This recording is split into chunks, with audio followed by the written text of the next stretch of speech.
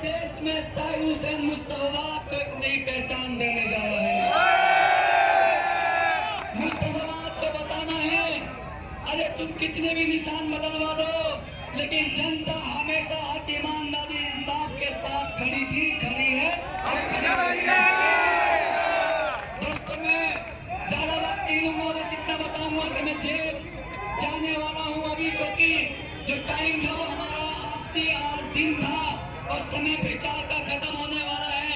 तो मैं दोबारा आपसे कब मिलूंगा, कैसे मिलूंगा, ये अल्लाह जानता है और घर की बात से अल्लाह जानता, कोई नहीं जानता इसके अलावा। लेकिन एक उम्मीद ये लेके जा रहा हूँ कि अल्लाह ताला के हुक्म से अगर जनता की अदालत ने मुझे इंसाफ दिया, 5 तारीख को बटन का बटन दबाया, मुझे हक मिला, इंसाफ मिला, न्याय मिला जनता की अदालत में, वो अल्लाह का फैसला है, अल्लाह की अदालत है दोस्तों। ऐसा फैसला जनता की अदालत में साबित होगा तो वो दिन की दूर नहीं जब देश के कानून की अदालत भी मुझे इंसाफ देगी दोस्तों। बहुत सारी बातें करनी चाहता था। एक छोटा सा वाक़या याद आया, मेरे 2 बेटे, एक मेरे साथ चल रहा था, एक का मुझे नजर नहीं आ रहा, पीछे से किसी के साथ आ रहा है। मुझे मालूम था कि शुरू का जब 2 साल कोरोना का टाइम था, उसके बाद जब कोर्ट खुले तो कोर्ट में तारीखें पड़ने लगी। मैं यहाँ से जब तिहाड़ से कोर्ट आता हूँ तो तिहाड़ जेल का एक नियम होता है कि सब सुबह को जल्दी 6 बजे जब सूरज निकलता है तो उठाने के लिए, आवाज लगाने के लिए आ जाते हैं। और जो बैरिंग के अंदर लोग होते हैं उन्हें बाहर खड़ा करके गिनतियां उनकी करते हैं कि कोई कम तो नहीं हुआ। फिर शाम को भी वैसे ही बंद करते हैं। तो मैं देखता था कि जब गांव में था, मेरे घर दिल्ली में भी था, एक गरबा बना हुआ था, मेरे बच्चों को तक मुर्गी पालने का शौक था। वो मुर्गी जो सुबह खुलती थी, दिन भर चुपती थी, घूमती थी, शाम को बंद होती थी, लेकिन वो जेल में रहने वाला बंदी, वो जेल में रहने वाला कैदी, वो 2 टाइम बंद होता है, खुलता है। जब सूरज निकलता है तब खुलता है और जब लगभग 11 बजते हैं तो बंद होता है। उसके बाद फिर 3 घंटे बाद खुलता है और फिर धुलने के साथ बंद होता है दोस्तों। ये वो बात है जो मैं आपको इसलिए बता रहा हूँ कि कभी किसी का दिल मत दुखाना, किसी को परेशान मत करना, किसी का हक मत मारना, किसी के साथ कोई जुल्म मत करना, कोई गुनाह मत करना, क्योंकि अल्लाह ताला जानता है किसकी सजा किसको कहाँ मिले और कब भुगतनी पड़े। ये जरूरी नहीं कि जो गुनाह तुमने किया है उसी की सजा मिले, या जो गुनाह तुमने नहीं किया फिर भी तुम जेल काट रहे हो, ये अल्लाह का मामला वही जानता है दोस्तों।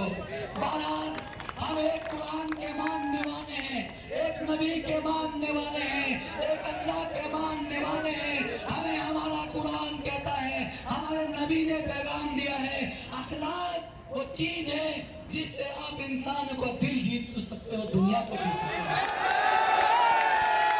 ऐसा ही हुआ कि जो लोग मुझसे नफरत करते थे, मुझे तरह तरह की गालियां बकते थे, मेरे बारे में उल्टी सीधी बात करते थे, कुछ लोग 1 साल के बाद मुझसे मिलने लगे, कुछ लोग 2 साल के बाद मुझसे मिलने लगे।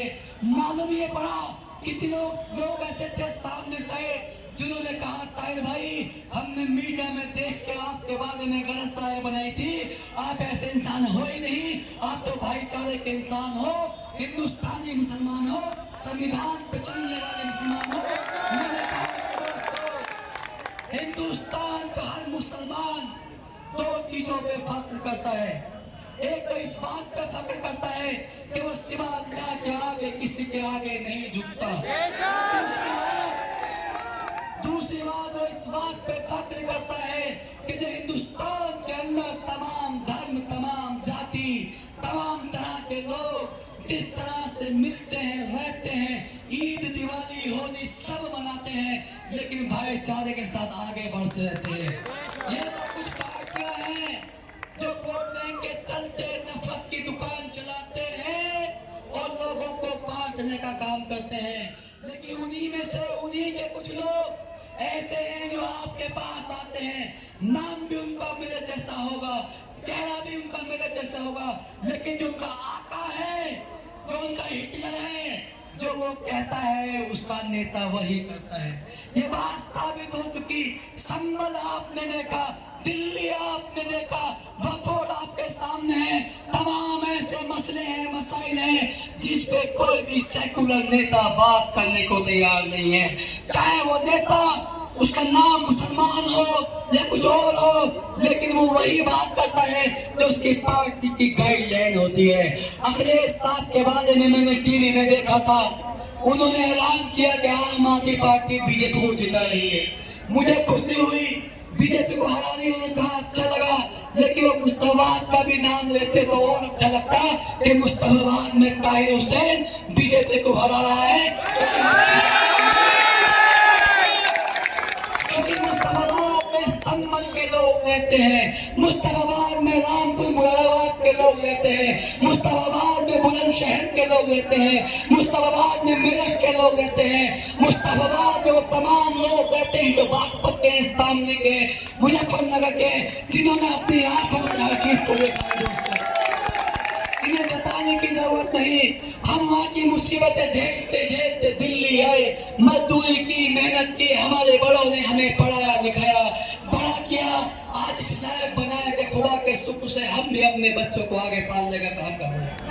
यहाँ देखिए दोस्तों, आपको पता है आजम खान के ऊपर जुल्म है, तमाम बीजेपी वाले पीछे पड़े हुए हैं, ऐसे तमाम लोग हैं। अगर आप आजम खान को मानते हो कि उनके ऊपर बीजेपी के द्वारा जुल्म हो रहा है, तो ताहिर हुसैन को भी समझ लेना कि यहाँ भी बीजेपी के द्वारा सताया जा रहा है। दोस्तों, मैं लंबी बात नहीं करूँगा, एक छोटी सी बात पर खत्म करता हूँ कि जब कोर्ट का आना जाना था तो मेरा जो बेटा कोर्ट की पैरवी करता है, कोर्ट में जज साहब ने कहा इन्हें 2 बजे के बाद लाना, वो बेटा सुबह 9 बजे वहां जाके बैठ जाता है।